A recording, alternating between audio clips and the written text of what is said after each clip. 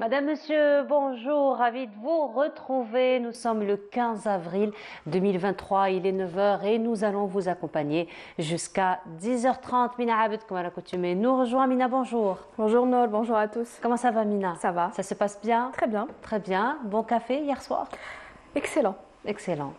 Impératif, primordial, élémentaire. Ah bah oui, attends. Vital. Ah vital, oui, vital, je confirme. Surtout Vital, oui. Surtout vital. Alors aujourd'hui, 15 avril, nous allons célébrer la journée mondiale des artistes. Et dans cette perspective, donc, nous allons parler d'art plastique. Tu aimes bien, toi, l'art plastique? J'aime bien, oui. Ouais, tu aimes bien les expositions, les beaux tableaux très expressifs, différents courants, n'est-ce pas? Tu aimes bien? J'aime beaucoup. Et ben voilà, aujourd'hui nous allons parler en compagnie de nos artistes, donc nous allons célébrer ensemble cette journée, nous allons nous intéresser, comme je vous ai dit, à l'art plastique et demain ce sera le 16 avril. Le 16 avril, bien entendu, ça t'évoque? Yaoum el Ilm. Yaoum el Ilm, bien entendu. C'est la journée du savoir et dans ce sens, Ahmed Garriga Hassen, notre ami, il a choisi de revenir sur quelques personnalités savantes, surtout, qui ont marqué quand même toute la culture, tout le savoir, toute la recherche dans l'histoire de l'Algérie, puisque aujourd'hui, 2023, nous allons finalement célébrer ou commémorer donc, la date de décès de pas mal de ces savants qui ont quand même marqué le savoir d'une manière générale et la recherche d'une marque indélébile et surtout des résultats avec lesquels nous sommes en train de travailler jusqu'à présent. C'est bien, Hadj Amar va nous emmener un peu en dehors d'Alger, bizarrement. Elle qui aime la ville d'Alger. Elle adore la ville d'Alger. N'est-ce pas? Ah, et oui, le sud aussi. Et le sud. Et aujourd'hui, elle va nous faire sortir un petit peu d'Alger, pas beaucoup, pas beaucoup, pas très loin, environ, elle a 80 km environ. Ah oui. Environ, elle va nous emmener du côté de Boumerdès pour nous faire découvrir un mausolée, mais c'est l'architecture finalement qui marque le plus, une architecture libico-romaine qui date du 5e siècle. Ce sera donc le sujet auquel Samir Hadj Amar s'intéressera. Nous terminerons l'émission en musique puisque demain, la salle Ibn Khaldoun va abriter un magnifique concert de musique. C'est sûr que tu vas y aller.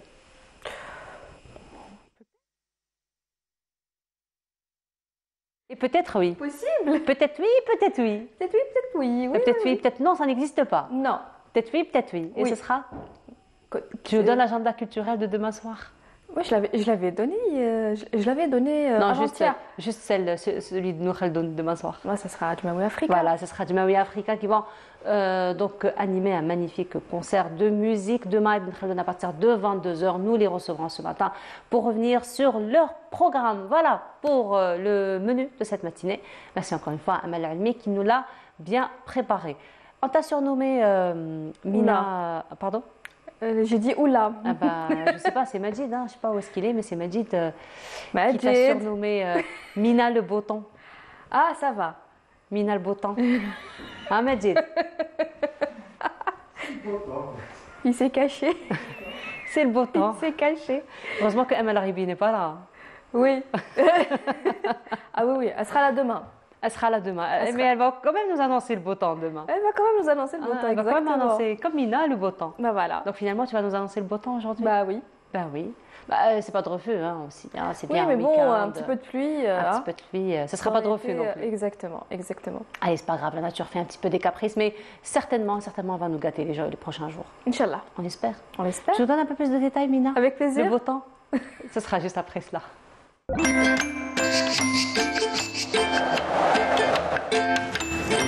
La météo vous est présentée par Mobilis.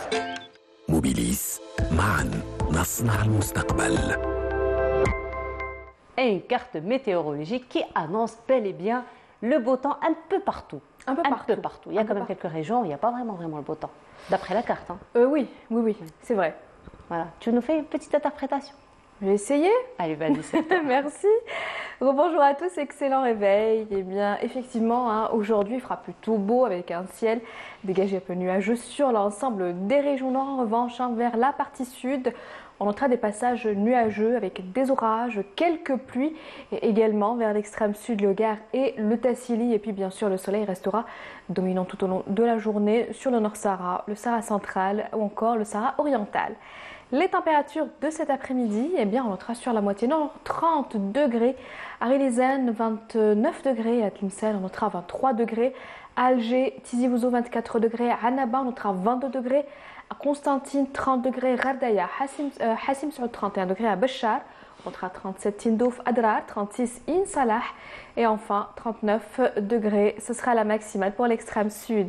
On passe tout de suite à l'état de la mer pour cet après-midi. On notera une mer calme, un peu agitée vers l'ouest du pays, agitée sur le centre et l'est avec des vents entre 10 et 25 km/h vers les côtes ouest, entre 10 et 50 km/h sur le centre et enfin entre 30 jusqu'à 50 km/h vers les côtes est.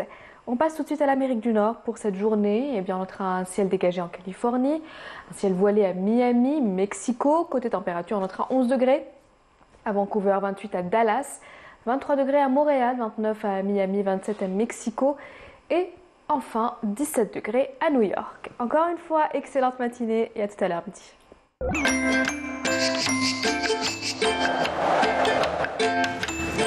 La météo vous est présentée par Mobilis. موبيليس معا نصنع المستقبل. C'était simple, hein, Mina Abed. Comme quoi, Annoncer le beau temps. Bah, t'aurais pu le faire, non? Non, j'aurais pas pu le faire. Bah si, si, si. Non, non, mais on peut pas se passer de toi, Mina. Oh là C'est là. très bien, Mina, on peut pas se passer de toi quand il s'agit de météo. Qu'est-ce que tu veux? Mon café la semaine prochaine? Je dois réfléchir à ça. Le premier jour de l'Aïd, je t'offrirai le café. C'est vrai? Oui, D'accord. c'est promis. Ok. Premier Je vais pas jour. dire non.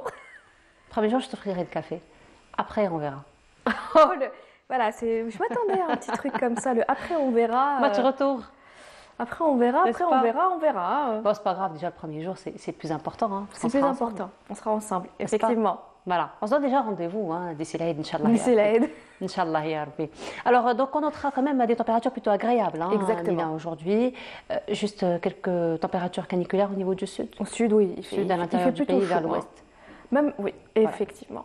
Ah, tu vois, j'apprends bien la leçon. Ouais, Hein. Coco. Comme quoi, j'apprends bien la. Tu vois, ça prouve que tu expliques bien. C'est bien. Ah, je suis C'est très bien, c'est bien. concentrée. C'est bien ça. Voilà. Mais sinon, on notera quand même une température plutôt agréable. Hein. Agréable, oui. Voilà. Oui, agréable sur le centre, l'est. C'est vrai qu'il va faire très chaud aujourd'hui Oui. à l'ouest et le sud, comme à chaque fois. Comme à chaque fois. Voilà. En tout cas, merci beaucoup, Mina. Merci. Mina, on se retrouve tout à l'heure. Oui, après avec Journal télévisé plaisir. du midi, ce soir, et puis la semaine prochaine. Inch'Allah. Tout à fait. Voilà, ben merci beaucoup, Merci. Mina. On continue, pause musicale, et ce sera une chanson religieuse.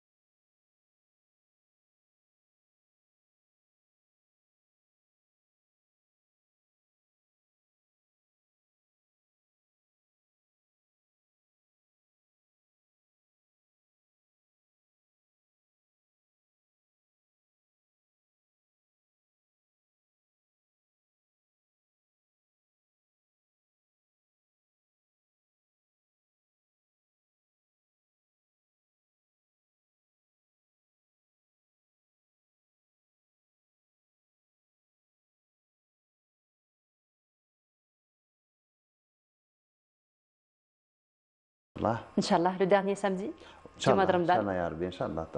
On arrive à la fin, Inch'Allah. Rabbi taqabbal, Inch'Allah, min jami'. Inch'Allah. Voilà, c'est ce qu'on souhaite. Inch'Allah. Alors, une semaine plutôt active, Oui. comme d'habitude? Oui, oui. C'est une semaine heureuse, disons, parce que j'ai assisté à la soutenance d'un ami. Il a soutenu une très belle thèse à l'université de félicitations. Bab. C'était autour de quel thème? Moussa Aïchaoui. Je pense qu'il est le premier à utiliser le signal sismique pour faire de la tomographie. D'accord. Donc, c'est une technique qui n'existait pas. Donc, c'est le premier qui a utilisé ce qu'on appelle l'inversion. Donc, en utilisant ça ressemblerait à quelque chose comme quand vous voulez savoir de quoi est fait quelque chose, donc vous tapez dessus, Oui. donc vous entendez, il y a le retour, le raisonnement. Non, non, c'est le retour le son qu'on reçoit. Et à travers le son, on connaît. Donc, si c'est du bois plein, Oui. si c'est vide, si c'est du béton, si c'est du fer, donc c'est le même principe pour connaître en fait les structures géologiques qu'il y a au nord de l'Algérie, de quoi elles sont faites, à quelle profondeur elles vont, et donc c'est une étude indirecte et donc ça m'a vraiment fait plaisir. Mbarouk Ali, Ah ben, Mbarouk Ali, félicitations. Inch'Allah, les résultats donc seront Il a seront publié appliqués, déjà. voilà, Il a seront publié, appliqués sur donc terrain. il faut qu'il développe. Il faut qu'il développe plus, donc pour mieux étudier, pour utiliser d'autres techniques aussi. Donc c'était une très belle semaine. Donc, Très belle semaine, mais voilà. j'imagine bien 7 ans ou 8 bien ans de enrichissante. travail, donc Oui. qui culmine comme ça en beauté, c'est bien. Voilà, une semaine plutôt enrichissante. Alors, Voilà. c'est optimiste, c'est optimiste, j'ai envie de dire, Exactement. Ahmed, parce qu'on voit quand même, quand il y a des recherches pareilles, donc finalement, ça reste toujours des pierres qu'on rajoute à l'édifice Exactement. du savoir d'une manière générale. Exactement. Nous qui parlons de la journée du savoir que nous allons célébrer demain, Inch'Allah. Exactement. Donc c'est ça, donc c'est vraiment dans la suite, la civilisation, toutes les civilisations sont faites de cumul, donc c'est tout à fait normal. Si chacun va ramener son petit caillou dans l'édifice pour qu'à la fin on puisse construire quelque chose de plus grand. Maintenant si c'est le contraire, donc chaque génération qui vient elle détruit ce qui a été fait auparavant, donc et essaie de reconstruire, il n'y a pas de cumul, on n'avance pas. Donc justement, on célèbre demain le 16 avril Yom al-Ilm, ça a coïncidé avec Sidna Ramadan. Donc, mais quand même, Yom al-Ilm, c'est une journée, ça fait déjà maintenant 60 ans qu'elle a été décrétée en Algérie, c'était en 1963. Et ça a une grande symbolique aussi, le 16 avril. Ce n'est pas pour rien qu'on a choisi le 16 avril, n'est-ce pas? Oui, ce qui est bien, c'est que de plus en plus, la journée s'élargit aux autres sciences, pas qu'aux sciences religieuses, pas qu'à Ibn Badis, bien sûr, avec tout le respect et l'amour qu'on a pour Ibn Badis, mais il n'y a pas que lui. Justement, et cette année, ça coïncide avec de grands événements dans l'histoire de l'Algérie, l'histoire culturelle de l'Algérie, parce qu'en premier, c'est le 200e anniversaire du décès de Abou Ras Nasser, l'un des plus grands, on en a parlé dans une rubrique si tu te rappelles. Donc il était mufti selon les 4 écoles de fiqh. Donc il a été mufti, il avait sa qubba, on appelait ça Qubbat al-Madahib al-Arba'a à Mascara. Il est décédé en 1823 et là on peut voir son darih à Mascara, une vieille photo. Donc on voit là. Mais c'est quelqu'un, il disait lui-même, il dit dans son autobiographie, personne n'a écrit plus que moi, excepté Suyuti. Donc, il était très prolifique. Il a écrit dans toutes les sciences. Donc, on connaît plus ses travaux en histoire que les autres. Maintenant, de plus en plus de manuscrits sortent. Donc là, c'est Gharaib al-Asfar al-Lataif al-Akhbar, c'est juste une copie, la couverture d'un manuscrit. C'est un manuscrit en histoire. Donc c'est Abou Ras Nasser, c'est le 200e anniversaire. C'est l'occasion de revoir, de réviser, donc retracer un peu sa vie, son œuvre et essayer de comprendre, d'analyser. Parce que quand même, il a été témoin de la fin du 18e et début du 19e siècle. Et c'est des moments très importants qui ont conduit... Là, il y a eu quand même beaucoup de changements. Exactement. Beaucoup de changements dans le monde. sur tous les plans, particulièrement en Algérie. Exactement. Donc il y a eu beaucoup de changements et il y a eu petit à petit, il y a eu l'affaiblissement de l'Algérie qui était l'Algérie à l'époque, c'était un pays clé dans l'ouest de la Méditerranée. Mais donc il y a eu qu'est-ce qui s'est passé en 1830. Il faut bien qu'on comprenne qu'est-ce qui s'est passé, pourquoi, le comment. Et ce n'est qu'à travers les écrits de Abou Aras Nasser et ses collègues de l'époque qu'on pourra comprendre ce qui s'est passé et qu'est-ce qui a conduit à l'affaiblissement. Le deuxième, c'est le 140e anniversaire du décès de l'Amir Abdelkader. Bien sûr, on ne va pas présenter l'Amir Abdelkader, on en a déjà parlé et on n'en parle jamais assez. C'est quand même 140 ans. International aussi. Exactement, donc c'est l'Amir Abdelkader, c'est le... On ne peut pas, par exemple, dans le monde, on ne peut pas parler du 19e siècle sans parler de l'Amir Abdelkader. C'est une personnalité clé de son siècle. Donc, par ses positions, premièrement, sa formation, qu'il destinait à être un alim, et puis sa destinée, son destin qu'il a destiné à devenir un chef de guerre, donc un chef de résistance. Il a lutté pendant 17 ans. Et à la fin, donc l'exil et toutes ses prises de position en Syrie, donc ses contributions. Et c'est quand même l'Amir Abdelkader. Jusqu'à présent, donc, il y a beaucoup d'écrits, que ce soit sur lui ou par lui, autour de lui, qui n'ont pas été analysés. Le 140e anniversaire devrait nous permettre, c'est l'occasion d'analyser tout ce qui a été fait, de faire le bilan donc, sur la vie de l'Amir Abdelkader. Alors, justement, par rapport encore à cette partie qui reste inexploitée, est-ce que le fond existe? Est-ce que le patrimoine existe pour qu'on puisse finalement l'analyser et l'étudier encore plus? Oui, bien sûr. Il y a en partie sa khizana propre, une partie sa bibliothèque qui existe à la Bibliothèque nationale, donc où il y a beaucoup de correspondances, donc il y a des écrits qu'il a reçus, qu'il a envoyés. Il y a les différents musées en Europe où il y a la correspondance de l'Amir Abdelkader, il y a même ses écrits, il y a même les publications dans les articles de journaux qui ont parlé de lui pendant le 19e siècle, que ce soit le jour de son décès ou avant, pendant sa résistance. Il faut dire aussi que c'est l'un des rares résistants algériens dont la résistance a eu écho dans la presse internationale à l'époque. Donc, quand on voit la presse espagnole, italienne, allemande ou française ou même anglaise, donc ils rapportaient les faits d'armes de l'Amir Abdelkader simultanément, enfin, disons quelques jours après, donc pendant la période elle-même. Alors que les autres résistants, ils étaient inexistants par rapport à la presse étrangère. Donc, c'est vraiment, il y a beaucoup de choses à faire autour de l'Amir Abdelkader.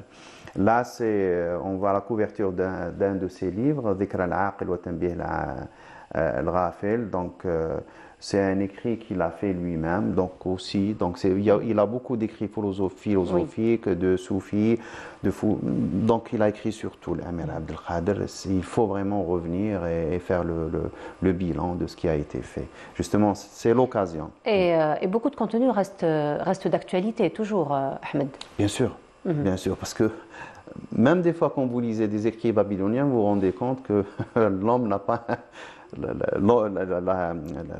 la race humaine n'a pas beaucoup évolué. Donc, point de vue, c'est toujours les mêmes réactions. Et parfois même, l'humain peut être très visionnaire. Oui, donc bien sûr, c'est des gens qui ont eu beaucoup d'expérience, donc c'est pas la même chose.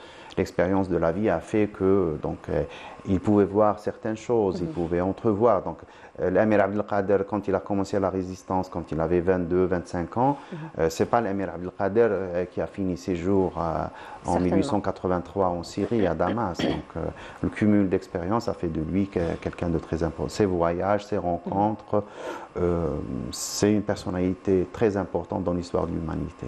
Effectivement. Il y a un autre dont on fêtera, Inch'Allah, le 140e anniversaire, c'est Cheikh El-Missoum. Bien sûr, nettement moins connu que l'Amir Abdelkader. Il est décédé aussi en 1883. Il avait une zawiya à Qasr al-Bukhari. Mais à l'époque, donc, au moment où les résistances militaires s'essoufflaient, donc il fallait revenir à l'essentiel, il fallait revenir à la formation de l'homme, à l'enseignement. Et donc il y avait quelques-uns qui ont commencé comme ça à créer des zawiyas, des écoles, et certains ont eu plus de succès que d'autres. comme Cheikh Mohamed Ben Qasim à la Zawiya de l'Hamel, Zawiya de Tolga, et le Cheikh El-Missoum qui a créé une Zawiya Qsar al-Bukhari, qui est devenu un centre culturel très important dans la partie centre de l'Algérie. Donc il a eu beaucoup de contacts avec des gens, il a formé des centaines et des centaines d'étudiants. Il a aussi lui-même laissé beaucoup d'écrits qui n'ont pas été ni édités ni analysés. Donc là, Inch'Allah, c'est l'occasion de nous pencher un peu, de jeter un peu plus de lumière. Donc il a des dizaines d'écrits, ils sont tous sous forme manuscrite. Donc jusqu'à présent, il a édité en son vivant quelques livres. Il y a aussi son fils qui a édité quelques livres, mais il y a beaucoup d'autres qui n'ont pas été édités. Donc c'est aussi très important de revoir un peu, parce que bien sûr il y a l'Amir Abdelkader, mais il ne faut pas qu'il s'accapare tout, parce qu'il y a les gens qui sont restés ici, ils ont changé de fusil d'épaule comme on dit, ils sont adaptés à la situation, ils ont essayé de résister à leur façon. Et puis il y a aussi cette diversification, finalement, cette diversité d'angles de vue qui vont faire qu'on a quand même une vision assez globale d'un domaine particulier. Exactement. Donc c'est l'histoire de l'Algérie, c'est le 19e siècle en Algérie, c'est la fin, on est en 1883. L'Amir qui continue de jeter beaucoup de lumière et de rayonner à Damas à sa façon, mais il y a aussi les petits foyers de culture et de sciences localement qui étaient là, donc qui ont gardé on dit les doigts, qui ont gardé un peu le feu de braise pour qu'à la fin, en 1954, on arrive au déclenchement de la révolution algérienne. Moins connu, mais tout aussi important, on a Cheikh Abdelhalim Ben Smaya. Dans cette année, c'est le 90e, on en a parlé, je pense. On en a parlé, Exactement, effectivement. 10e, je parle du 19e encore une fois, 90e anniversaire de son décès, c'est au mois de février. Cheikh Abdelhalim Ben Smaya, c'est tout simplement le premier nationaliste avant la naissance du nationalisme algérien. Parce que quand il s'est opposé à la circonscription des Algériens en 1911, c'était un point de vue très nationaliste. Il a eu le courage de le dire haut et fort devant tout le monde et contre tout le monde. Et ça lui a coûté ce que ça lui a coûté. Donc c'est le 90e anniversaire de son décès. Donc là aussi, c'est un autre arrêt sur image qu'on doit faire sur... Ça, c'est le début du XXe siècle. Donc, il y a aussi, on va voir la couverture de son vivant, il a publié 2 livres. Donc, on n'en connaît qu'un seul. Le deuxième, il a disparu. On cherche toujours une copie. Donc, on lance un appel, peut-être... là, c'est la seule et unique photo de Mohamed Abdiou lors de sa visite en Algérie en 1903, et il est accompagné de Cheikh Abdelhalim Ben Smaya, avec les jeunes, moi je dirais de sa famille. Il y a d'autres qui me disent que non, c'est des jeunes d'autres, mais je ne sais pas. Des disciples peut-être. Disciples, exactement. Oui, sûrement, c'est des petits-neveux. Et puis on termine avec le 75e anniversaire du décès d'une autre personnalité algérienne très importante, c'est Cheikh Mouloud El-Hafidi, qui est décédé en 1848. Cheikh Mouloud El-Hafidi, il a une caractéristique, il est de la même génération que Cheikh Ben Badis, El-Bachir Ibrahimi, Taïb El-Uqbi, mais lui il se distinguait par une spécialité qu'il n'avait pas. C'est l'intérêt pour les sciences exactes. Donc c'est l'un des rares Algériens à l'époque dont on connaît une production en astronomie.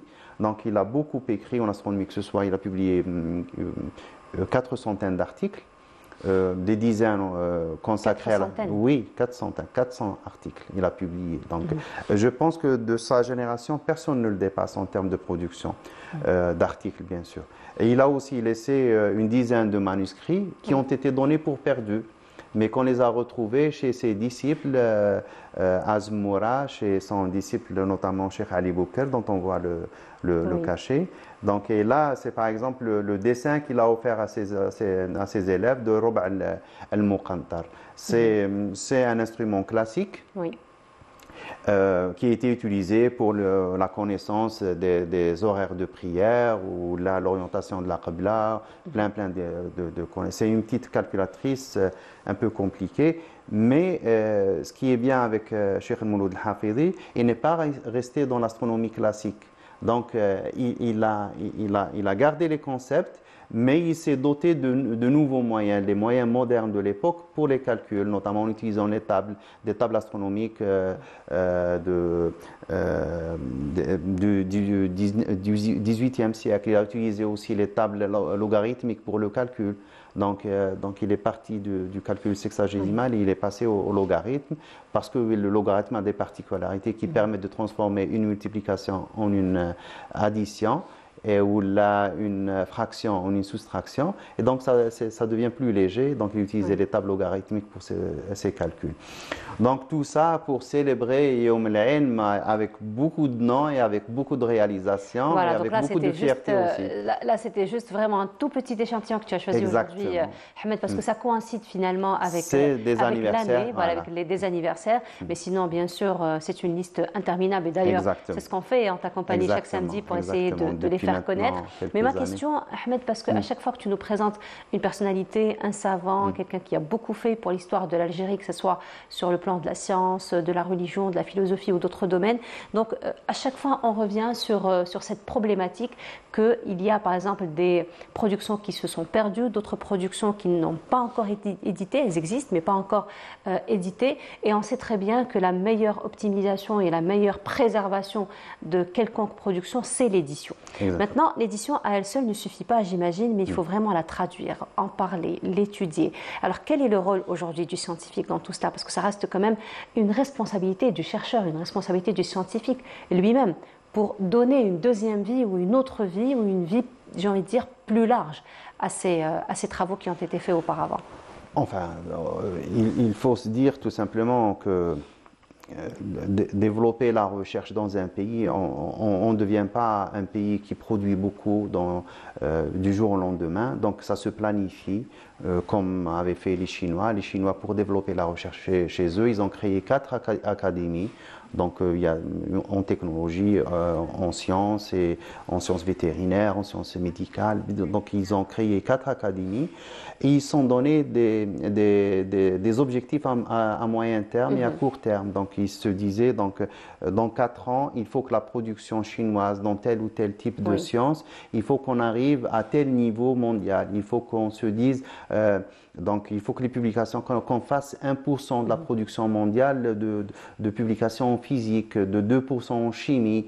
Donc, et comme ça, ils ont commencé à encourager les scientifiques chez eux, en mettant à chaque fois la barre plus haut. Donc, mais bien sûr, en accompagnant les gens. C'est pas en leur exigeant des choses sans les accompagner, sans leur donner les moyens de se former, sans les former. Et bien sûr, eux, bien sûr, enfin, de par le monde, il y a 2 échelles importantes qu'on doit garder.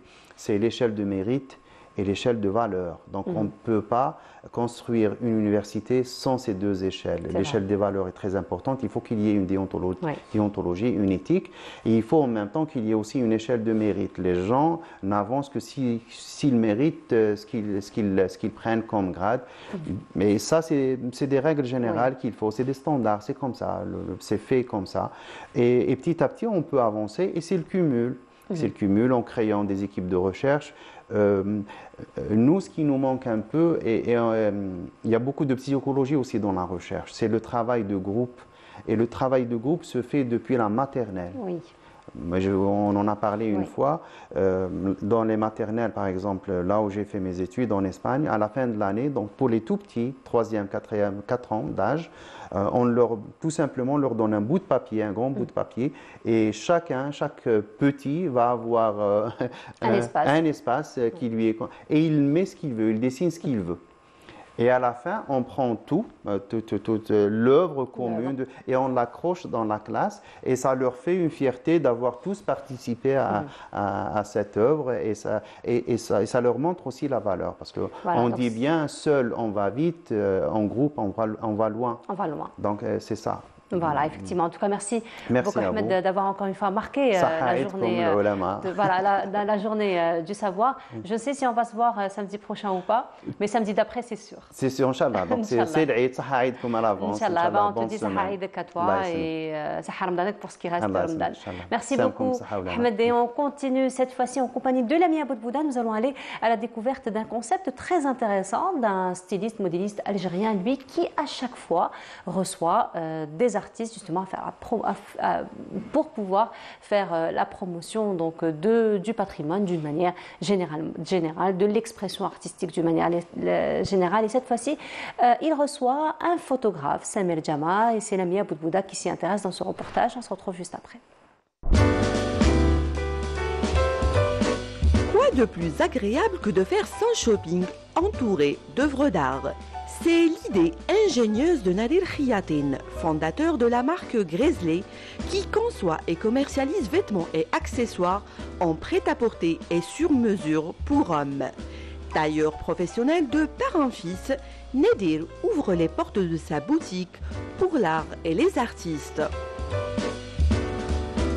Le but, c'est que voilà, aujourd'hui, en tant que nous, artistes de vêtements, on voulait mettre en avant aussi des artistes locaux, algériens, et mettre aussi notre culture et notre art, parce qu'on a de l'art aussi en Algérie, on a une culture, on a un savoir-faire, et les mettre en avant. Ah, le but, c'est de prendre tous les mois un artiste qu'on en met en avant. Aujourd'hui, c'est un photographe, demain, ce sera un peintre, un sculpteur, etc. Et de mettre en avant tous les mois, présenter à nos clients les artistes algériens. Le premier artiste à ouvrir le bal est Samir Jama, illustre photographe et éditeur. Il présentera son exposition intitulée Ombre et lumière, la passion du patrimoine. J'adore en général surprendre. Et cette fois-ci, j'ai eu l'opportunité, grâce à nos amis du magasin, d'exposer. Bon, je ne vous cache pas que ça n'a pas été facile au début, parce qu'il fallait quand même adapter un milieu de vente directe, etc., à une salle d'exposition. C'est vrai qu'on a l'impression que c'est contradictoire au début, mais moi, c'est l'impact qui m'intéresse. C'est-à-dire que les jeunes qui viennent ici pour acheter des vêtements, etc., sont surpris de trouver de la photographie sur le patrimoine, etc. Et c'est ça le but, c'est le challenge, c'est-à-dire c'est de provoquer ces gens-là et les intéresser à un patrimoine. Des photographies en noir et blanc ou en couleur, imprimées sur toile, donnent l'impression de peinture. Prises lors de diverses occasions, elles relatent toute la beauté et la richesse du patrimoine culturel algérien.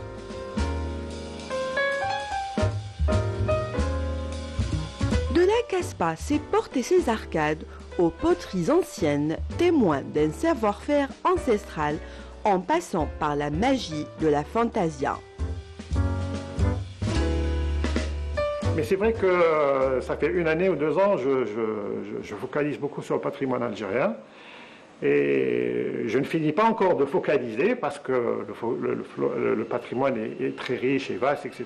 Donc j'aime bien apporter cette touche à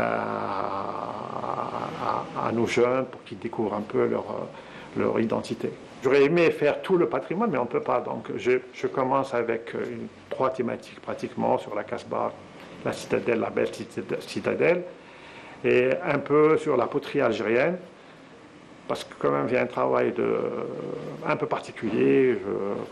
Il y aura des ouvrages autour de la poterie, etc. Et la fantasia, bien sûr, qui est un peu le fleuron de notre culture. En plus de sublimer l'espace de ce commerce par cette action, on met en valeur un artiste. Cela permet aussi de décloisonner l'art. Ici, l'art nous tombe dessus par hasard. Et quel bonheur!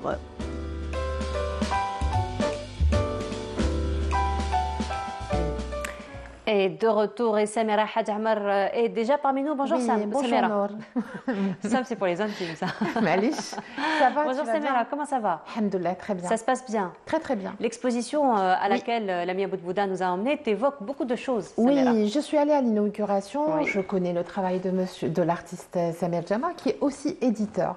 C'est un éditeur de livres, de beaux livres sur le patrimoine. Sur le patrimoine. Il a fait de très belles choses. Et je ne sais pas s'il l'a dit, mais il a un livre qui sort bientôt, qui est... Ben voilà, tu nous donnes l'exclusivité. Voilà, qui est très intéressant aussi sur le patrimoine. Il fait de très belles choses. Qu'est-ce qui t'a marqué le plus dans cette expo? Ben, ce qui m'a marqué le plus, c'est le concept lui-même. C'est-à-dire qu'une boutique ouvre son espace. C'est une très belle boutique en plus, hein, elle est très bien décorée, les couleurs et les lumières correspondent, et il met en valeur de l'art. L'art, les clients, donc, quand ils viennent acheter, sont entourés d'objets d'art. C'est très joli. C'est très joli. Oui. Et ça incite aussi, parce que parfois, les gens n'ont pas le temps d'aller à une exposition ou de voir les œuvres, ou de découvrir, ça permet de découvrir aussi. Voilà, oui. Ça encourage. Ça encourage, effectivement. Oui, Inch'Allah, il va vendre. Et il y a d'autres expositions aussi qui sont promises dans cet espace-là. Oui. Très bientôt, oui, Inch'Allah. Inch'Allah. Très bientôt. Inch'Allah. Mais sinon, Samira, aujourd'hui, on va sortir un petit peu d'Alger. On va sortir un petit peu d'Alger, on va aller du côté de Boumerdes, du côté de Tnia. Alors, ça va être voyage dans le temps et dans l'espace aujourd'hui. Dans le temps et dans l'espace, tu peux le dire. Alors, dans le temps, c'est pas très loin d'ici, c'est à mi-chemin entre Alger et Tizi Ouzou. C'est, je pense, entre 50 et 55 km. C'est à 3,5 km de Tnia. Oui. C'est dans un endroit qui s'appelle Si Mustapha. Tu connais? Non, je connais pas. pas. Non, tu connais pas. De passage peut-être. Voilà, tout le monde, quand on va à Boumerdes, à Tizi Ouzou, quand on prend la route de l'Est, c'est le passage obligé. On voit la plaque Si Mustapha. Alors, Si Mustapha, avant, ça s'appelait Bled Guitoun. D'accord. Et avant Bled Guitoun, ça s'appelait, alors j'ai toujours du mal à le dire, Takitount. Takitount aussi. Alors, Takitount. Alors, Guitoun, ça fait référence à la tente? Parce que Guitoun, ça veut dire la tente. À la base, il y avait des gens qui habitaient des tentes. Dans des tentes. Donc, voilà, dans des tentes. Il semblerait que ça soit le cas. Ce qu'on voit, c'est un mausolée. C'est le mausolée de Bled Guitoun. C'est un mausolée très très intéressant. Et justement, c'est ton sujet d'aujourd'hui. C'est le sujet. Tu vas te focaliser un petit peu sur cette œuvre architecturale. C'est une œuvre architecturale qui raconte la civilisation numide, la dynastie. C'est une architecture, c'est très très intéressant parce que c'est une architecture basée sur le libyco-romain. Et c'est pas très loin d'ici. Ça raconte aussi le passage des Phéniciens, donc qui ont établi des comptoirs sur pratiquement le littoral. Hein. Ils ne font que ça. C'est les peuples de la mer, donc ils s'installent souvent et ça, c'est une trace aussi de leur passage. Ça a été. Alors, d'abord, on rappelle que ça a été découvert en 1837. C'est un militaire qui l'a trouvé. Mais ensuite, il y a eu Ben Brugger qui a travaillé dessus. Il y a eu Yüksel, il y a eu Blanchard. Il y a eu beaucoup de gens qui ont travaillé dessus. Et bien sûr, les Algériens après l'indépendance. Alors, il a subi ce mausolée. Bled Guitoun a subi déjà à la base, quand ils l'ont découvert en 1837, il était sous la terre. D'accord. Voilà. Donc, ce qu'on voit, c'est des croquis qui ont été faits. C'est dans un article qui est paru. Donc, découvert sous la terre, ça veut dire qu'il était déjà en ruine. Il était enseveli. Déjà en ruine? Non. Il était en ruine. Voilà. Il était en ruine. Ça, c'est l'ouvrage qui a été. Là, on retrouve l'article de Yüksel et des travaux. Il y a eu des fouilles qui ont été faites. Alors, pourquoi il est important? D'abord, il était sous la terre. Ils l'ont sorti. Il était un peu endommagé, bon, pas très bon état, mais la pièce centrale de ce monument et qu'on appelle le Hebs. Donc déjà les habitants de l'époque appelaient ça le Hebs, et donc c'est resté Hebs. Pourquoi? Parce qu'il y avait une cavité à l'intérieur. Dans sa conception architecturale, ce monument ressemble beaucoup au tombeau de la Chrétienne. D'accord. Donc tombeau c'est l'aîné de Mauritanie, construit par Juba II au début du siècle. Pourquoi? Alors, je ne sais pas si on l'a vu, il y a des ornements. L'architecture, tu vois, il est iconique. Oui. Il ressemble beaucoup. En fait, il paraît sa construction est antérieure à celle des Djedar. Voilà, tout ça, ça a été étudié par tous les chercheurs que j'ai cités, entre autres Yüksel. Il y a un ornement, il y a des fausses portes, comme sur le tombeau de la Chrétienne. Il ressemble un peu à la basilique de Tixirt, mais tout ça, c'est une tombe, c'est un monument funéraire. Donc à l'intérieur, il y avait un sarcophage, et il semblerait qu'il ait appartenu, il n'y a pas de certitude, bien sûr, hein, ça remonte au 5e siècle, donc on va dire qu'à l'époque, il y avait un chef de tribu, probablement africain, qui était encore influencé par l'époque de Juba de tout ça. Oui. Donc il a voulu se donner la même consistance et il a demandé à des architectes locaux et aux habitants, aux ouvriers, de lui construire ce monument funéraire. Voilà, il est important parce qu'il raconte une période, bien sûr, et probablement qu'il a été construit à l'époque des Vandales. Voilà. En tout cas, Excel l'a situé comme ça. Il l'a situé entre Constantin et les Vandales, voilà. C'est sa forme, c'est les ornements, c'est les chapiteaux en fait, Oui. voilà, iconiques. Il y avait une mosaïque aussi qui avait été retrouvée. Elle avait été emmenée dans un musée, mais bon, je ne sais pas si elle existe toujours. Ça vaut le détour, hein. En fait, ça vaut le coup de repartir. C'est un monument déjà à sa base, on l'a dit, qui était au moment de sa dépouille un peu détérioré, oui. Mais pendant la colonisation, il a subi encore une détérioration. Oui, carrément. Oui, carrément. Donc c'est tombé, c'est quelque chose qui a été construit avec la pierre de taille. Mais cette pierre de taille, il semblerait que des morceaux ont été retrouvés ailleurs, dans d'autres wilayas, donc aussi du pillage. Mais ça s'est fait aussi pendant la colonisation, hein, parce qu'ils trouvaient des choses anciennes, antiques, et ils ornaient leur maison. C'est pendant la colonisation. Et ensuite, pendant les années 80, maintenant il subsiste une colonne, je crois, des colonnes encore là-bas. Et c'est pour ça que ça mériterait d'y aller pour un reportage ou quelque chose comme ça. Voilà. Une réelle séance de sensibilisation, j'ai envie de dire, Samira, par rapport à son état. Oui, par rapport à son état. Peut-être que les gens ne savent même pas ce que c'est. Hein. Oui. Donc les gens qui habitent là-bas ne savent même pas ce que c'est. Ce qui serait intéressant, vu que le mois du patrimoine commence dans quelques jours, il commence le 18 avril. Demain, c'est Yom Leil, donc la journée du savoir. Et 2 jours après, c'est le mois du patrimoine qui commence et qui se termine donc le 18 avril. Ce serait intéressant, oui. D'abord, de voir s'il y a possibilité de faire une restauration, mais déjà de mentionner que ce monument existe pour que les gens peut-être décident d'aller le voir ou pas. Oui. Voilà. Ce qu'on peut dire, c'est que la décoration de l'édifice est très particulière. Elle a la forme des chapiteaux, les moutures des corniches, des bases, des fausses portes. Donc ça, on l'a dit. Ça rappelle de près la basilique de Tixir, qui remonte au 5e siècle de notre ère. Pardon. Alors, voilà. Il y a des caractéristiques de l'époque romaine, en fait, hein, et du début de la chrétienté. Il y a parce qu'il y a en fait une cavité souterraine. Oui. Tu vois, c'est quand on rentre dans le tombeau de la chrétienne, c'est un peu la même chose. Mais bon, maintenant c'est condamné. Mais à une époque, c'était ouvert. On pouvait, où il y avait, donc se déplacer dans les couloirs. Faire des visites. Bon, il est un peu plus petit, mais sinon on pouvait rentrer à l'intérieur. En fait, là où il y avait probablement le sarcophage. Oui. Et donc il y a un sarcophage qui a été trouvé à l'époque des fouilles. Voilà. Et voilà. Voilà, ok. Et voilà, en tout cas, merci beaucoup, Samira, merci. de nous avoir proposé ce voyage dans le temps et dans l'espace. Voilà, comme on le disait, donc effectivement, un appel, encore une fois, est lancé. Du moment que le mois du patrimoine va bientôt commencer. Bien sûr. Voilà, en tout cas, merci beaucoup. Merci, Samira, on se retrouvera probablement la semaine prochaine. C'est l'Aïd. C'est l'Aïd Sahaïdek d'avance. Mes meilleurs vœux à tout le monde. Merci beaucoup à toi, Samira. Et on continue, comme on l'a dit, donc aujourd'hui, c'est la journée mondiale de l'artiste, un hommage particulier à l'un des artistes qui ont marqué l'art plastique algérien, ici à Khem. Tu en as parlé d'ailleurs. On en a parlé en ta compagnie, n'est-ce pas? Et ce sera en compagnie de Sophia Chouban et on se retrouve juste après. Mohamed Issiakham est un peintre de la condition humaine. Il a consacré toute sa vie à l'art incarnant la peinture moderne en Algérie. Né à Arlib, près de Tizi Ouzou le 17 juin 1928, il passe son enfance à Relizane. Et c'est là que survint le drame, alors qu'il n'avait que 15 ans.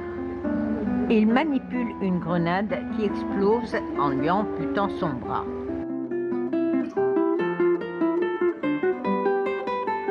Je peux bien toucher, mais je n'ai pas été déchiqueté, la preuve. il soignait à l'autre baquin.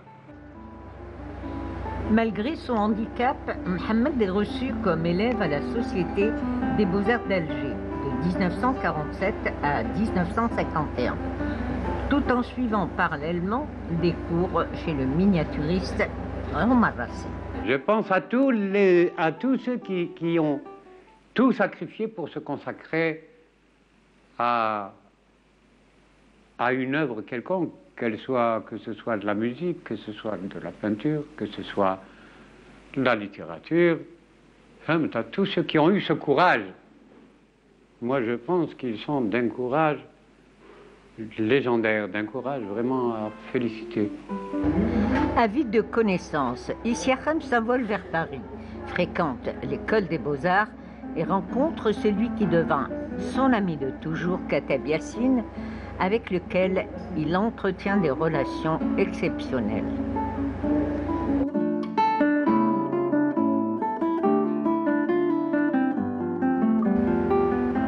La carrière du peintre commence après l'indépendance. Il exerce comme dessinateur de presse d'Alger républicain, tout en enseignant son art à l'école supérieure des Beaux-Arts d'Alger. Oui, je connais Issiakham, c'est un peintre connu. Peintre connu à l'échelle nationale et internationale. C'est même un artiste qui a apporté tas de choses dans la peinture algérienne. محمد السيخم فنان القطر الجزائري نسمع به لكن نشهد شخصيته وأمنيتي أن نتعرف عليه ونعرف طريقته الفنية. ونعرفوا باللي في وقت الاستقلال في الأول الستينات كانت حركة ثقافية وحركة مثقفين وكان حوار. De 1965 à 1982, l'artiste crée des maquettes de billets de banque et de timbres postaux. En 1973, Issiakham reçoit, lors de la foire internationale d'Alger, une médaille d'or pour la décoration du stand du ministère du Travail et des Affaires sociales. Puis réalise une fresque pour l'aéroport d'Alger. Ça, c'est une photo qui a été prise, il avait 30 ans, dans une clinique psychiatrique où il a travaillé comme moniteur. Et là, on voit dans cette photo où il pose, on a l'air qu'il pose naturellement, hein. On voit qu'ici aussi, sa main est au centre. Cette main qu'on voit fréquemment dans ses peintures, c'est la seule main qui lui reste, et c'est la main par laquelle il existe. L'UNESCO lui décerne le Lion d'Or, une distinction d'honneur dans le cadre de la promotion des arts africains. Je sentais que j'avais quelques prédispositions pour le dessin. Et je me suis demandé dans quelle mesure il n'était pas intéressant de voir de ce côté-là. La peinture, qu'est-ce que c'était à l'époque? À faire du portrait, parce qu'on sentait que الجزائري يحب يشوف روحه هكذا معلق في حيط يحب البورتري نتاعو وقلنا on va faire du portrait pour manger un petit bout de pain. On avait d'ailleurs des Farid Bellidam, Allah yarhamou, il a été tué par l'OS, qui avait un petit kiosque du côté de la rue de la Lyre qui agrandissait des photographies, et on pensait que c'était ça l'objectif. Arriver à avoir un petit kiosque, faire du portrait. Eux qui nous parlaient de Beethoven, de Strauss, de Chopin ou de Liszt ou de Mozart, on n'avait que Farid al-Atrash ou bien Cheikh Mohamed Abdel Wahab à le reposer. Et lorsqu'on sortait du quartier de la Marine où se situait l'École nationale des Beaux-Arts, on n'avait pas le choix, on était reçus par ces petites ruelles de la Casbah d'Alger où l'on entendait, où l'on passait de Cheikh Atitma à Cheikh Mohamed Abdel Wahab, à Farid al-Atrash, et de temps en temps c'était des accrochages terribles au Café des Sports avec les amis sur la qualité d'Abdel Wahab par rapport à celle de Farid al-Atrash. Donc nous avons évolué comme ça. La vie de Mohamed Issiakham a été bien remplie. Éclectique, curieux pour toutes belles choses. L'artiste était le modèle parfait du militant engagé revendiquant un art au service de la société. Il meurt le 1er décembre 1985 et laisse un legs pictural témoignant d'une richesse variée, tant sur le plan esthétique que sur le plan thématique.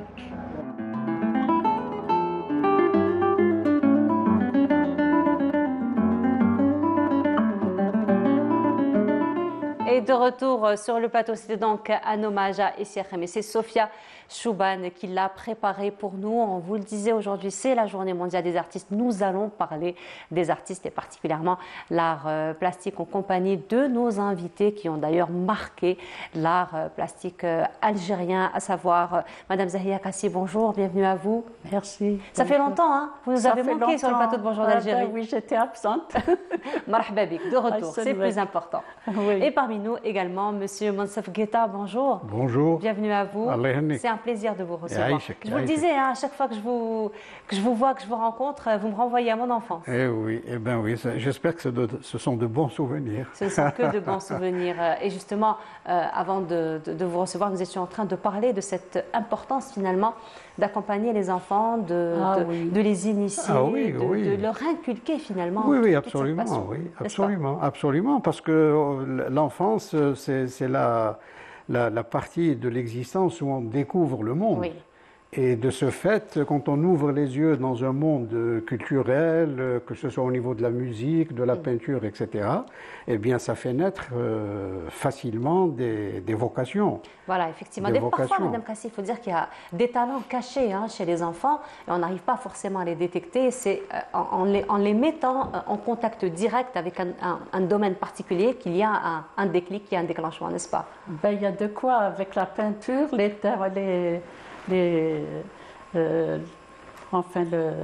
comment on appelle le tableau? La toile? Alors, ils ont tout. De la toile, carrément, ou le papier. Et je vous jure qu'en 5 minutes, il vous fait déjà 1, 2, 3. Oui. Il me dit, alors maintenant, je dois aller exposer avec toi. Il l'a fait? Il l'a fait. Oui. C'est des fraudes, il l'a fait. Je vous jure qu'il l'a fait. Il me dit, Maman, j'espère qu'ils vont me voir les tableaux. Je ne pense pas, parce que c'est nous, les artistes, qui exposent. Et puis alors, il me dit, qu'est-ce qu'il fait? Il ne me dit rien. Il s'assied.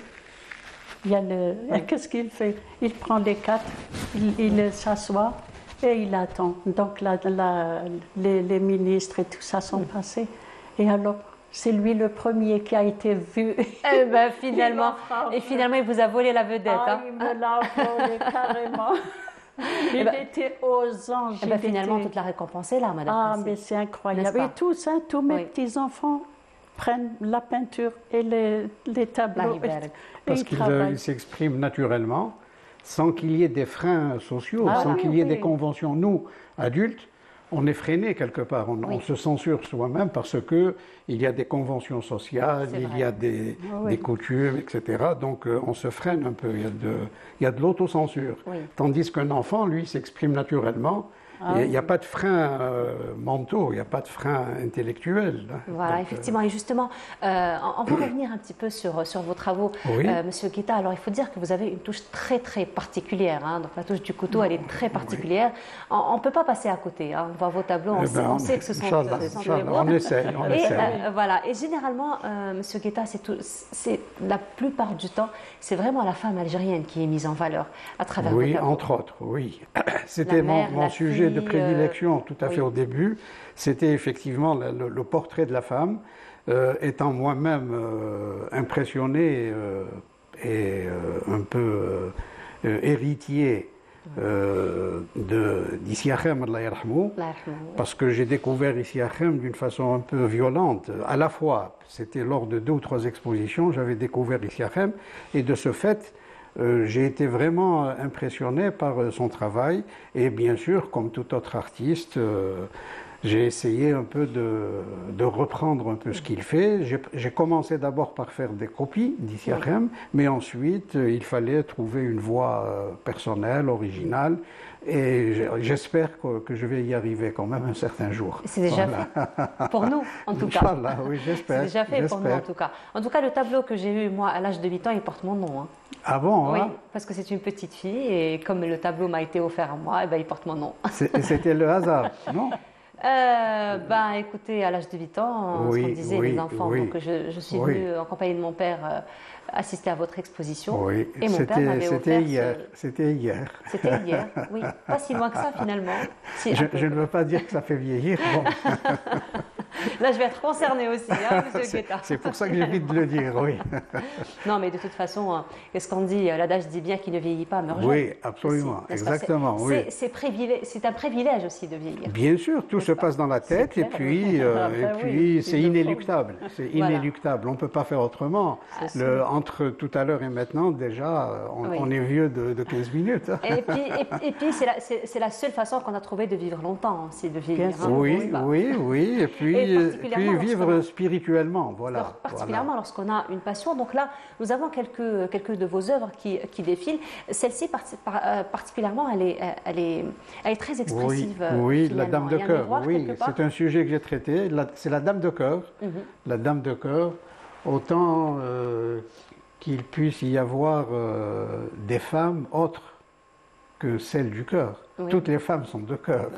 C'est vrai. En dehors des cartes à jouer. Bon, les cartes à jouer, voilà, justement, ça nous fait rappeler un petit peu les cartes. C'est ça, oui. Et c'est un prétexte, parce que finalement, le sujet qu'on traite n'est qu'un prétexte pour faire de la peinture. Ça peut être l'arbre, ça peut être une cité, ça peut être tout autre sujet, mais ce ne sont là que des prétextes pour s'exprimer.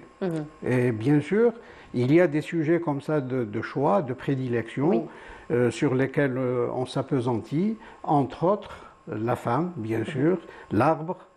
Et il y a, si vous voulez, un lien quelque part spirituel entre les thèmes que je traite, parce que aussi bien la femme que l'arbre sont des sources de vie. Des sources de vie. Sont des sources de vie. Hein. Et quand on voit par exemple que le bois a été déjà utilisé par Moïse pour faire le fameux bâton de Moïse qui est source de vie, qui a été ensuite transformé en serpent et ainsi de suite. Il y a le bois de l'arche de Noé qui a sauvé le monde parce que Dieu lui a prescrit de sauver le monde, etc. Donc à chaque fois, le bois est au centre d'une éclosion vitale. Effectivement. Voilà. Alors en plus de la femme et de tous, on le sent, hein, Monsieur Guetta, le respect que vous, que vous dégagez envers la femme, envers ce on ne peut pas faire abstraction de la vie si on ignore un peu la femme, parce que la femme est le centre du monde. Hein. Et puis quelqu'un même, un poète disait que la femme, c'est l'avenir de l'homme. C'est l'avenir de l'homme. Je crois que le monde sera sauvé par des femmes, hein, et non pas par des hommes. On sait ce que les hommes ont fait, ce à quoi ils ont abouti, et j'espère que l'avenir, lui, permettra aux femmes de mieux s'exprimer parce qu'elles ont une sensibilité particulière. Voilà, elles le font en amont. Les hommes. Voilà.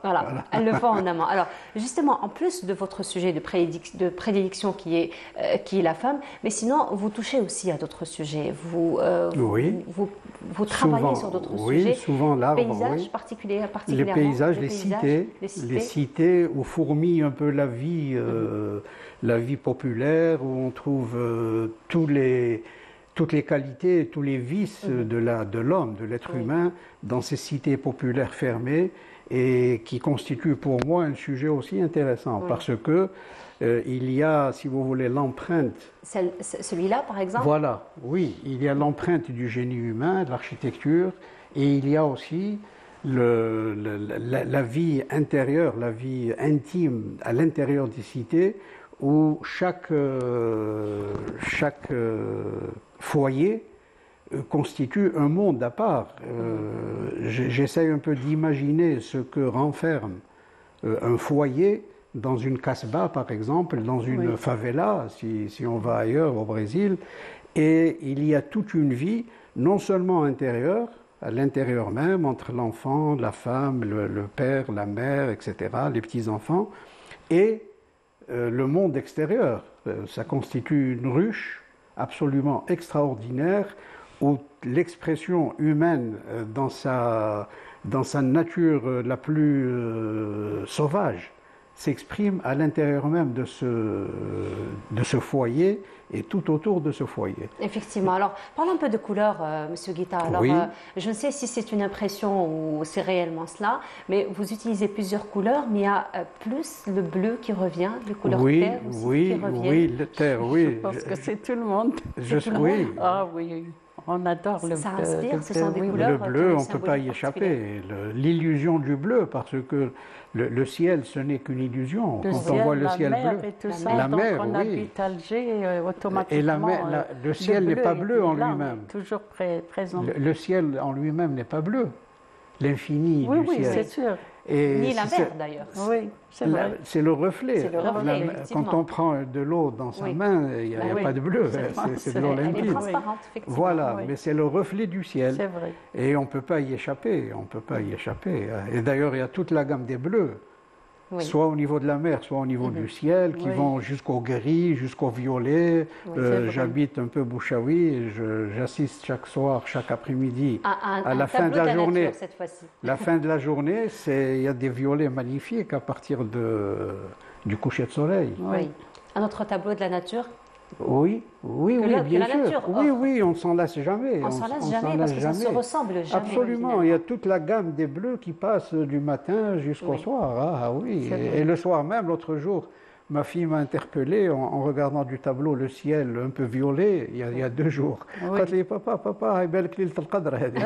que il y avait une lumière un peu spéciale entre le bleu, c'était l'indigo, c'était un peu vers le violet et tout ça, et puis il y avait une belle lune donc, qui éclairait tout ça, et ça faisait un paysage magnifique. Effectivement. Alors Madame Kassi, vous aussi vous êtes inspirée finalement par le bleu. Ah oui, ça a commencé par le bleu d'abord. Oui. Pourquoi? Parce que j'habite à Alger, je suis née à Alger. Alors automatiquement on voit le ciel, la mer, on voit tout. Et il a fallu que j'aille au sud, où j'ai oublié un petit peu le bleu. Alors là, on est revenu plutôt vers les couleurs terre. Exactement. Et j'ai trouvé ça magnifique. J'ai beaucoup aimé faire les travaux avec les couleurs du bien sud. Sûr, c'est magnifique. L'ocre. C'est vrai. Oui. Vous savez qu'il y a au moins une vingtaine de couleurs de sable chez nous. Ah oui. Du sable. Toutes les couleurs du sable, pratiquement, qu'on trouve chez nous. Tigrine, à côté de Biskra. Enfin, on trouve pratiquement. On peut constituer des tableaux. On peut faire des tableaux uniquement avec les différents sables. D'ailleurs, certains artistes du Sud, c'est ce qu'ils font. Bien sûr. Donc, ils n'utilisent pas forcément de la peinture. Ils travaillent avec le sable. Moi, c'est dommage, on ne les voit pas ici. J'ai réalisé des tableaux avec la terre de Bouchaoui. C'est dommage que je n'ai pas... La prochaine fois. Ah oui, la terre de Bouchaoui que j'utilise. Parce que il n'y a pas de raison. Madame Kassi est là pour confirmer ce que je dis. Les Italiens ont trouvé la terre de Sienne. Siena, c'est une ville italienne. Et ils avaient de la terre rouge qu'ils ont utilisée pour en faire une couleur. Que tout le monde maintenant connaît à l'échelle du monde, à l'échelle internationale, c'est la terre de Sienne, couleur ocre, terre de Sienne. Et bien sûr, les chimistes ont eu l'idée de la brûler. Il y a la terre de Sienne naturelle et terre de Sienne brûlée. Automatiquement. Voilà. Et il n'y a pas de raison pour que nous, on ne puisse pas utiliser aussi notre terre. Il faut la mettre en valeur. Les beaux ocres qu'on a, la terre de Bouchaoui, des ocres magnifiques, on peut en extraire chimiquement des pigments qui vont faire la joie des peintres. Des peintres, effectivement. Et justement, on va découvrir ensemble quelques de vos travaux, parce qu'il y en a. Il y en a, mais quelques-uns. Je n'ai pas tout mis. Voilà, un petit aperçu, donc un petit échantillon de ce que vous faites. Alors, on va découvrir ensemble les tableaux. Vous allez peut-être nous les commenter, nous les expliquer un peu plus. N'est-ce pas? On va aller déjà vers vos sujets de... Voilà. Là, c'est un petit peu au moment où tout le monde est mort. Allah yarhamhum kamel. Et on n'oublie pas Souhila. Bien sûr, il y a quelques jours. Il y a quelques jours, il y a quelques semaines, effectivement. Là, c'est un petit peu l'œil. La tapisserie. Ça, c'est la tapisserie du Sud. C'est un hommage que j'ai fait pour les dames qui font le tapisserie. La tapisserie, oui, oui. Ça, c'est un clin d'œil pour le Sud? Ou juste pour la tapisserie d'une manière générale? Carrément, oui, oui. D'une manière générale. Il y a un beau groupe. Un sujet particulier, Madame Kassé? Enfin, oui, j'adore. Et puis là, c'est Mohamed Dissiar. Oui, on reconnaît. Hein. Oui. Et puis il y a le bleu qui revient. Quand j'ai appris qu'il était décédé, puisque je suis allée chez lui à la maison, et ça m'a choquée. Voilà, c'est pareil là aussi. Donc là encore, un clin d'œil à la femme. Ah oui. Ben oui. À toute cette magie de la maternité. Exactement, oui. N'est-ce pas? Voilà, oui, oui. Et... Un sujet particulier, Madame Kassé? J'en ai tellement parce qu'à chaque fois que j'ai des problèmes... C'est au feeling? Oui, là quand je vois que les gens ils vont vers les forêts pour manger, pour boire, et après ils jettent tout, ça me fait mal. Et vous vous exprimez à travers la peinture? Ah oui, carrément, carrément. Mais le tableau, il est beau quand vous le voyez. Là, le tableau est magnifique. Le tableau est magnifique, mais de toute façon... C'est pour dire que franchement, c'est... C'est une façon de s'exprimer. Je m'exprime comme ça. Il y a la Casbah aussi. Il y a un autre tableau là que nous sommes en train de voir. Ah ben oui, ça aussi. Ça, il est parti en France. C'est un peu le rôle de l'artiste de transformer, de la laideur en beauté. En beauté, effectivement. Bien sûr. Carrément. Bien sûr. C'est vrai. Les artistes il y a peintres, la Casbah aussi. les je poètes. suis passée par hasard, comme par hasard, j'ai vu une maison tomber. Oui. Ça fait mal au cœur. Et là, je l'ai représenté. En tout cas, il est là dans le... Parce que, comme le disait le poète, ce qui érafle les autres, les gens normaux, disons, ça blesse le peintre, ça blesse l'artiste. Ça déchire l'artiste. Oui, oui. C'est beaucoup d'émotions. Beaucoup d'émotions, bien sûr. Ça me fait mal, ça me fait mal quand je vois des... Bien sûr, ça peut paraître anodin pour l'œil là normal. Là aussi, un autre tableau. Voilà, oh là là, celui-là, il me fait pleurer. Oui. Je suis d'accord avec vous parce qu'il dégage une certaine tristesse là. Oui, n'est-ce pas, M. Guetta? On voit un petit peu une tristesse qui se dégage. Il y a quand même un isolement. Là, c'est... Il y a l'astre quand même au fond. Qu'est-ce que c'est? Je ne sais pas ce qu'il y a, le gens. Ça, j'ai dormi et j'ai vu cette personne. Une vision, oui. Et il m'a appelé. Il m'a dit de rentrer. C'était ma tante, Allah yarhamha, qui m'a accompagnée le vieux Adaya. Et moi, je ne connaissais pas tout ça. Et j'avais peur. Et le bonhomme, le vieux, il me dit, non, il ne faut pas avoir peur. Il faut venir. Et je voyais un pied Adaya par terre à côté de moi. Un pied. Et là, j'avais peur. Il me dit, non. Tu vas voir comment que tu vas être. Tu vas être magnifique et tout. Et puis 3 jours après, c'était mon mari, là, C'était un rêve que vous avez fait, c'est ça? C'était un rêve que vous avez fait? Oui. Et 3 jours après, c'est... Oui, d'accord. Prémonitoire. Prémonitoire, c'est ça. Et là, j'ai appris, c'est là où j'ai appris qu'il était mort. Il y avait franchement, quelque part un message il m'a dit, il ne faut pas avoir peur. Non, tu vas être quelqu'un de bien, de formidable. Une vision prémonitoire. Après, je l'ai reçu et c'était la partie adéquate. Enfin. Oui. Là aussi, un autre tableau que nous allons découvrir ensemble. Voilà, c'est la Casbah. On reconnaît. Hein. Donc, voilà. Ça nous parle, la Casbah. Les femmes avec le haïk, oui. Des silhouettes de femmes. Et là, elle tourne le dos. Pourquoi? Parce que la maison, là, elle est partie. Ah oui, c'est parti. Oui. Donc, tout de suite, dès que je l'ai vu, Charles, à la maison... Et le fameux bleu aussi. Le fameux bleu qui revient. On ne peut pas y échapper. Là, c'est plutôt des couleurs froides. Hein, donc, ça représente encore une fois... La tristesse du vécu, exactement. Oui. À chaque fois que j'ai un problème où mais après, vous peignez la joie aussi. Ah ben oui, c'est clair. Ça va de soi. C'est clair. Il le faut parce que sinon, quand je vais au sud, là, je me retrouve. Parce que j'ai jamais été au sud. Le sud, c'est un dépaysement. Voilà, on retrouve la joie. Les fleurs, oui. Là aussi, c'est la 5e année de l'indépendance. Ah, d'accord. Les 5 fleurs, oui. Et ben voilà, donc magnifique immersion hein, finalement dans vos travaux, oui. dans vos travaux à tous les deux. C'est une immersion, mais la peinture en elle-même, c'est une évasion. C'est une évasion. Voilà. C'est une évasion et pour le peintre et pour celui qui vient contempler le tableau. Bien sûr, oui. Et c'est cet aller-retour entre la réalité, elle peut être moche, elle peut être laide, elle peut être... et l'évasion que permet le moyen d'expression qu'est la peinture. Ça peut être la poésie, ça peut être autre chose. Ça nous permet un peu de nous élever. Oui, chacun a sa façon de voir les choses. Et de les transmettre et de les exprimer. En tout cas, ça nous fait plaisir de vous recevoir aujourd'hui, de revenir un petit peu sur l'art, sur cette expression artistique, particulièrement en cette journée de l'artiste. On vous dit belle journée à vous. Merci. Bonne fête à tous les artistes. En tout cas, c'est un plaisir de vous recevoir. Très belle continuation. Et je n'ose pas dire ça Haftor comme il est trop tôt. Vous savez, c'est ce que j'entends à partir de 9h du matin. Voilà, mais vous savez, M. Guetta, depuis déjà 2 jours, on commence à dire Sahaïdek. Ça y est, c'est parti. Depuis déjà 2 jours. Voilà, alors Haftor, ça peut passer. Donc, en tout cas, merci beaucoup à vous, Madame Kassi, d'avoir été parmi nous ce matin. Ça a été un plaisir, M. Guetta. C'est toujours un plaisir. Merci beaucoup. Et belle continuation. Merci. Pour vos travaux. On continue, on reste dans le monde artistique, cette fois-ci dans le domaine de la musique. Dans un petit moment, nous allons recevoir le groupe Jmaoui Africa. Mais avant cela, on va les écouter dans cette chanson et on se retrouve juste après.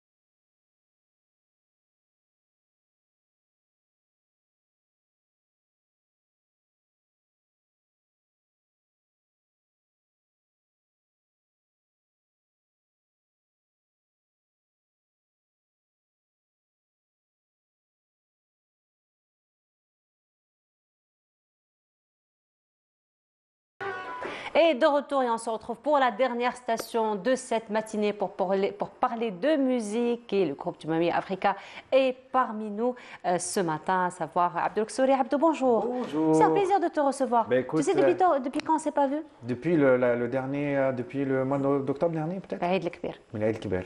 Tu vois. Depuis le mois de juillet. Tu as une meilleure mémoire que moi. Et aujourd'hui, j'ai pas voulu venir seul. J'ai essayé de ramener une partie du groupe. Parce qu'on est 8, donc ça aurait été difficile de rentrer tous ici. Mais voilà. Merci. En tout cas, merci pour l'invitation. Kajeri est toujours là pour nous supporter. Eh bien, non, pas pour vous supporter. Enfin, to support, pardon, c'est en anglais. C'est en anglais. Voilà. C'est pour vous accompagner. Nous accompagner, voilà, excusez-moi. Et comment? C'est toujours un plaisir. Hein. On ne peut pas supporter du plaisir. On le vit, le plaisir. Écoute, en tout cas, nous, c'est avec toujours grand plaisir qu'on revient sur Marhaba bikoum à tout moment. Donc, comme tu le disais si bien, Abdou, tu n'es pas seul aujourd'hui. Aïssam, bonjour. Bonjour. Marhaba bik. Allah يسلمك يعطيك الصحة. Avec Aïssam, dites-nous la période. Ah oui, les 70s. Bon, bien chez nous. Chez nous. Une période bien chez nous. C'est l'époque de soi, il est l'époque de... صح كان شعره كبير شوية أنا شوية. إيه بصح ديتنا quelque part. أنا جاي في طريق. تحياتنا صويرة على كل حال. Et surtout, on lui souhaite un grand rétablissement. Voilà, en cette matinée, Mohamed Sbahir, bonjour. Bienvenue. Et aussi Zoher. Voilà, et aussi Zoher. Donc, marhaba bikoum. Marhaba bikoum ce matin. Alors, si vous êtes là aujourd'hui, c'est parce que demain, un spectacle s'annonce très prometteur du côté de la salle Ibn Khaldoun. Écoute, oui, parce que c'est le premier spectacle de 2023, donc c'est vraiment le début de la tournée 2023 qui va, et on est très content parce que la tournée, on n'a pas pu la commencer en Algérie. On va la commencer à Alger, on va faire 2 spectacles, donc le 16 à la salle Ibn Khaldoun, le 18 à l'Institut français. Et donc, on est super content de commencer par Alger parce qu'ensuite, on va aller en France, ensuite en Suisse, ensuite peut-être le Canada et la Hongrie. Donc, c'est vraiment la première date. On commence chez nous. En plus, faire Ramadan. Voilà, exactement. Exactement. Donc, c'est demain à la salle Ibn Khaldoun, 22h30. Donc là, on continue sur la lancée, la promotion du dernier album, Mchi, parce qui est sorti un petit peu dans des conditions covidiennes. Donc, dans des conditions très courageuses aussi. Oui, mais il fallait quand même continuer à vivre, continuer à produire et sortir des choses. Donc, on continue. Maintenant, le spectacle a évolué. Il est en train de prendre forme parce que c'est la première fois qu'on passe d'un album à un spectacle. D'habitude, on joue sur scène, ensuite on va enregistrer. Et donc, là, le spectacle a pris forme. Et voilà, on a nos repères et on espère partager ça avec. Alors, on parle de tournée aujourd'hui, Abdou. Est-ce qu'on se dit aujourd'hui que Djumami Africa se porte un petit peu ou se donne un petit peu, j'ai envie de dire, cette mission d'être ambassadeur du patrimoine musical algérien? Parce que c'est ce que vous faites à travers. C'est vrai que vous avez vos propres compositions, mais sinon, il y a aussi ces belles interprétations. Mchi Arasso, ça, c'est carrément tiré du patrimoine musical, revisité, modernisé. Oui, effectivement. Bon, peut-être quand on peut représenter notre culture, quand on peut représenter notre musique, quand on est fier de le faire, et surtout qu'on a nous la chance d'être sorti et de s'exporter beaucoup. Donc on joue beaucoup à l'international. Peut-être ces dernières années, on joue plus à l'international qu'en Algérie. Et on est fiers de porter cette culture et de porter neuf de l'Alam. C'est toujours ce qu'on va quand même dans des... Là, par exemple, on va en Suisse allemande, donc c'est la première fois qu'on va en Suisse allemande, donc c'est pas comme la Suisse française. Et voilà, je pense que ça va être une vraie première. Les gens vont découvrir parce qu'on va dans des pays, dans des festivals, dans des lieux qui ne sont pas forcément communautaires. Donc on va jouer notre musique vraiment pour les autochtones dans ces pays-là. Et on est toujours content de faire découvrir notre culture et bien sûr l'Algérie. Voilà, effectivement. Donc ça va être une découverte. Hein. Alors, Aïssam, allez comme ça vers... Pardon? Vous êtes les bienvenus pour demain. Merci de nous recevoir. Là, vraiment, on est très content d'être parmi vous ce matin.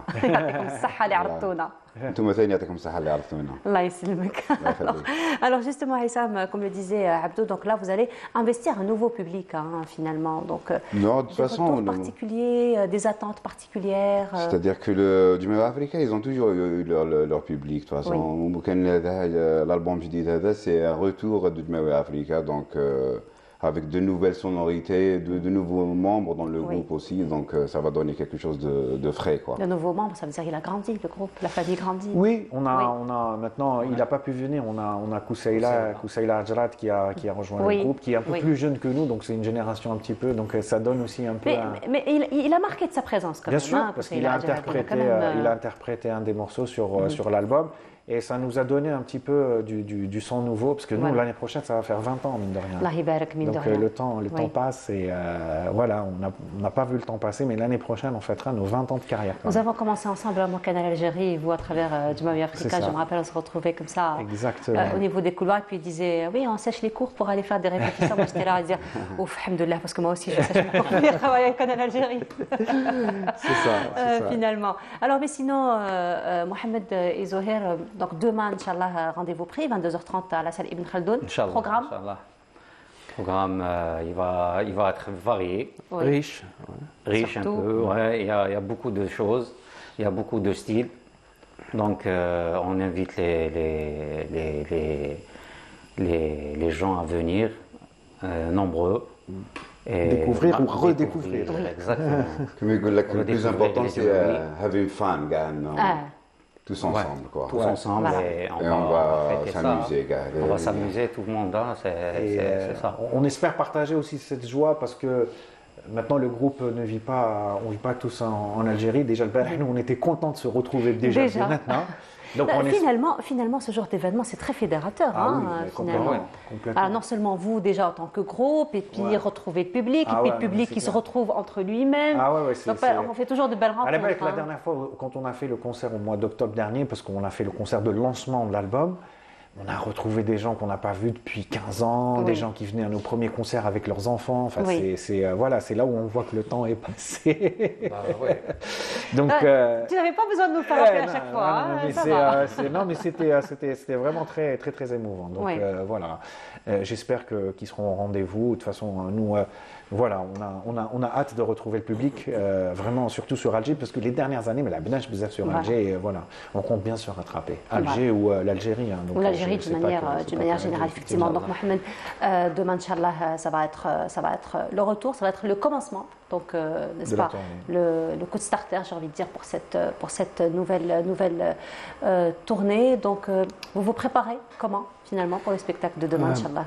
Bon, le spectacle, en tout cas, احنا رانا موجدين له depuis شحال ورانا فرحانين بزاف باسكو راح نتلاقاو البيبليك تاعنا تاع الجزائر باسكو البيبليك الجيريان سي اونيك يعني فوالا واحد الحراره معاهم وكذا دونك كي نلعبوا هنا في الجزائر ماشي كيما دوطر سان على ليترونجي ولا مي هنا في الجزائر البيبليك تاع الجزائر وحده دونك c'est tous les artistes disent ça.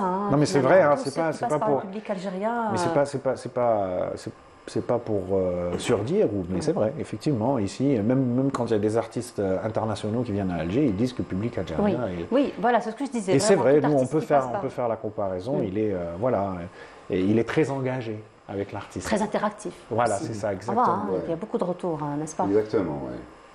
Moi, j'ai toujours rêvé de jouer en Algérie, de toute façon. Ici, à Alger, ou à Oran, ou à Annaba, ou la dernière fois, on a fait une tournée en Algérie, c'était magnifique. Donc, même les gens, كاين دي جون دان سيغتان اج جو شافونا لعبنا قال لك فكرتونا كيما كنا حنا بكري كنا نشوفوا لي جروب هنا et tout, tu vois. Et ben voilà, et ça revit, ça reprend. Vous êtes venu accompagné de vos instruments? Oui, on est venu Avant-goût, exclusivité pour Canal Algérie. Ouais, et puis on va interpréter un morceau de l'album, avec la moitié du groupe. Avant de parler, tu peux juste m'expliquer cet instrument? Alors, je le rencontre souvent dans ces vidéos. Ça a l'air d'être un instrument un peu particulier, mais c'est juste une guitare. Ça s'appelle une backpacker, c'est une guitare de voyage. Donc, c'est une guitare qui est faite pour être transportée facilement. Et moi, je l'ai détournée un peu parce que son son, vu qu'il n'y a pas de caisse de résonance, il y a une petite caisse de résonance, ça sonne plus dans les aigus. je vais rentrer un petit peu dans le son. Oui.